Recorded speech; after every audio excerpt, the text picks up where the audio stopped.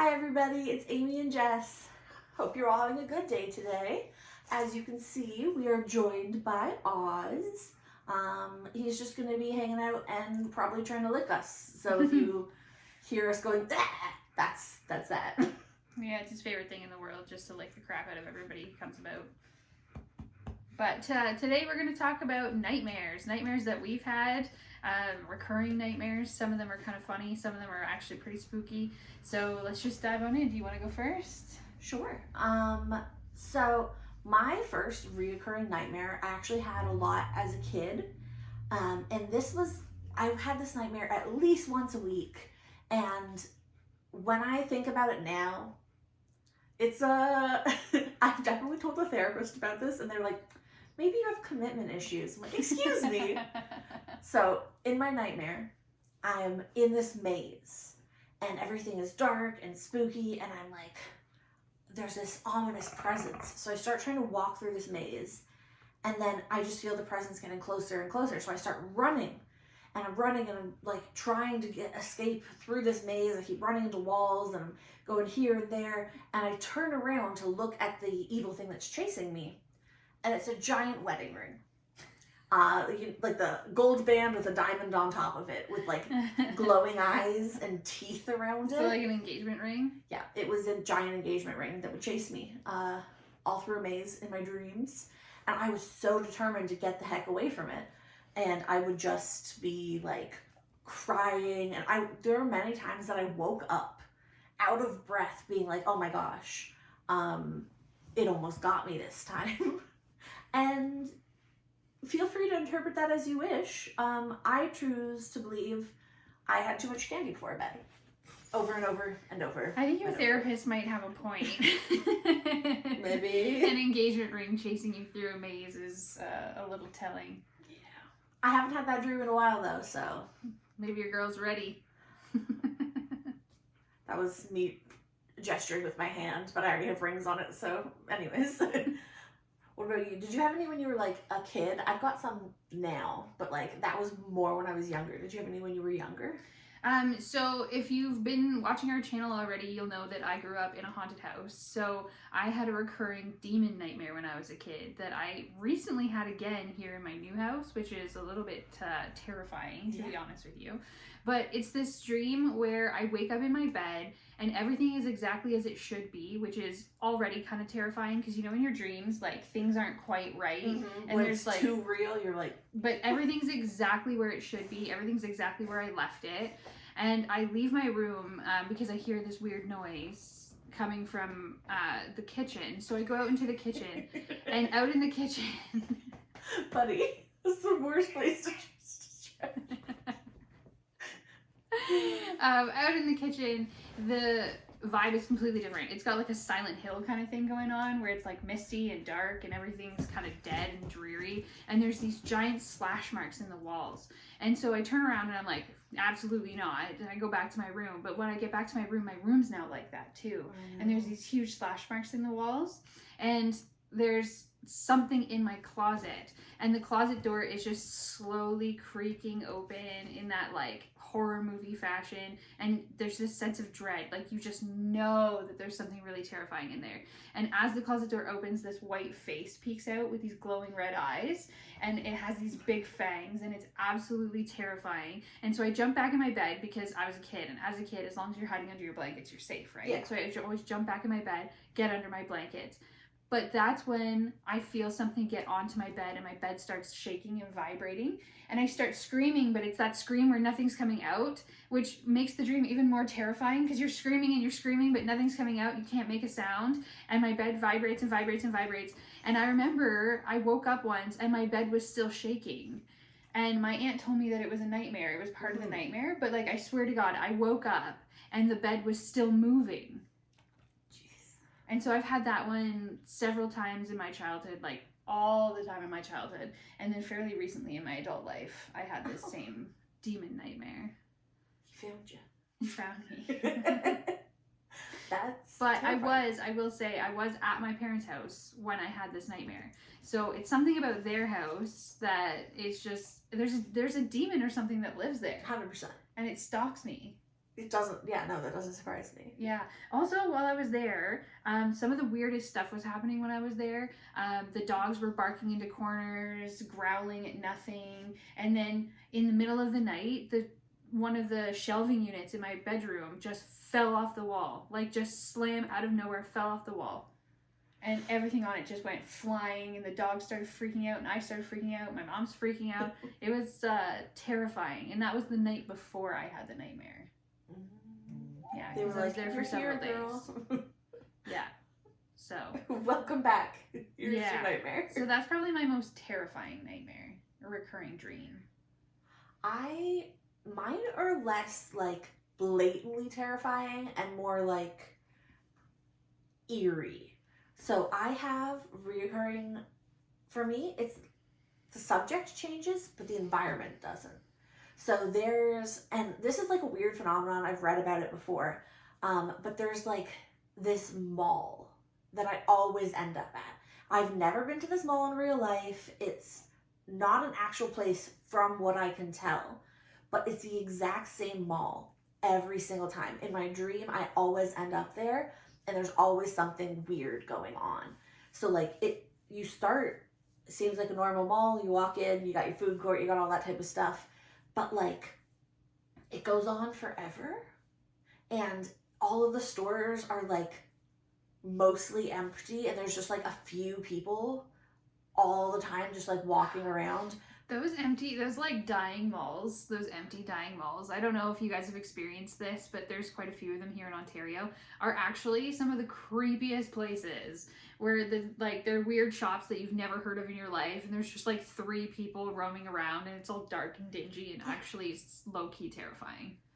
Yeah, I have a mall like that I visit all the time in my dreams, and like I'll be dreaming about something else completely normal, everything's fine. It'll be like, I'll be with a boy or whatever, and he'll be like, "Oh, do you want to go on a date?" And I'll be like, "Sure." And then we'll end up at this creepy mall. And then I always end up alone. No matter what, if I'm at the mall, I will end up being alone. And then I'm always just like walking down the hallways, trying to find whoever I was with. And it just gets like creepier and creepier, and it gets like darker, and then you start hearing noises, and it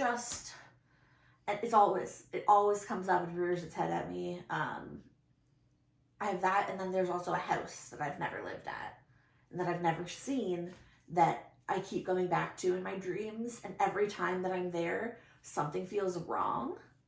And it's just like, it's not even super obvious. Oh, look who's popular here.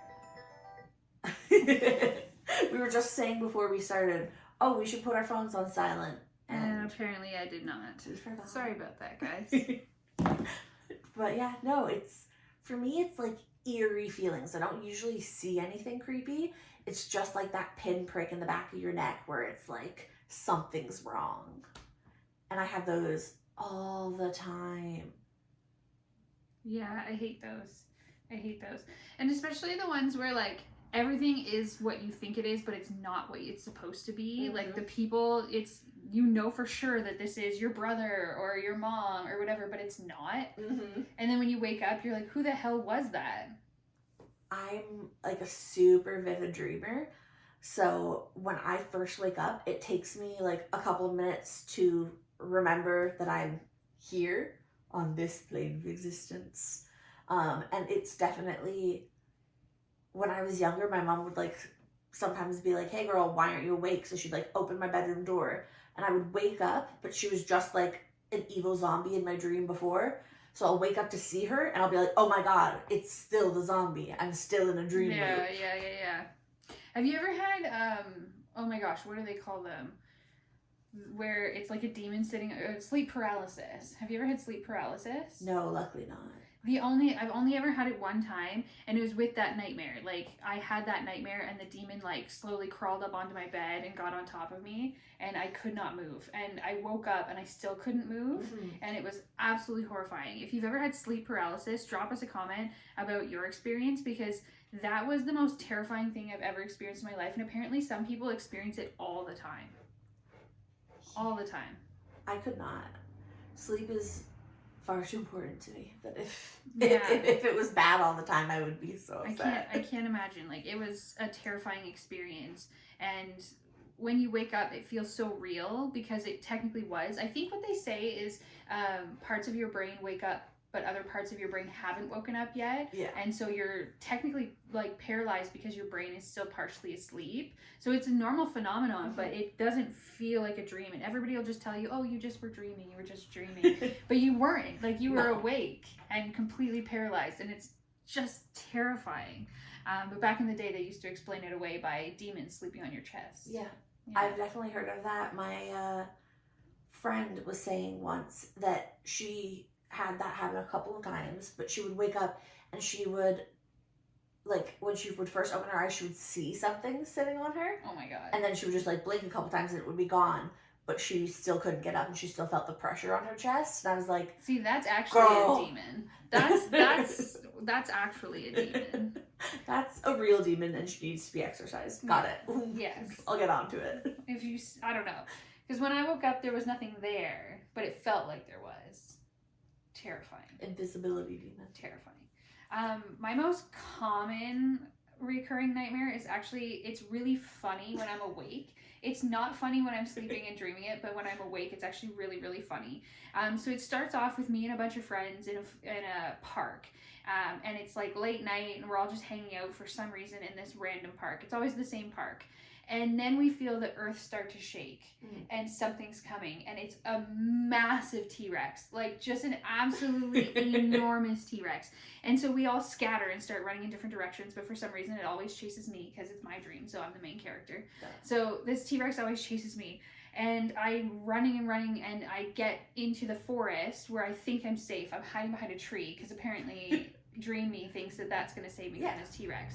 But the T-Rex somehow sneaks up on me in the forest. Very quiet T-Rex. He's a very quiet. It's this like enormous T-Rex, and it sneaks up on me, and then I bolt and I start running again, and I end up in a subdivision like suburbia where there's a house party happening, and I run into this house party. This happens every time. I always go into this house party, and this is where things get hilarious. The T-Rex. Oh, because the silent T-Rex wasn't hilarious. Oh yeah, like that's funny, but this is where it gets hilarious. The T-Rex follows me into the house party, and it just starts randomly changing size, so it always fills the room that it's in. Like, it's always huge in the room, but it always fits in the room so that it can follow me from room to room in this house party. And it's eating people along the way. Like, I'm not the only one that it wants. It's eating people along the way. People are continuing to party as if there isn't a full-blown T-Rex inside the house.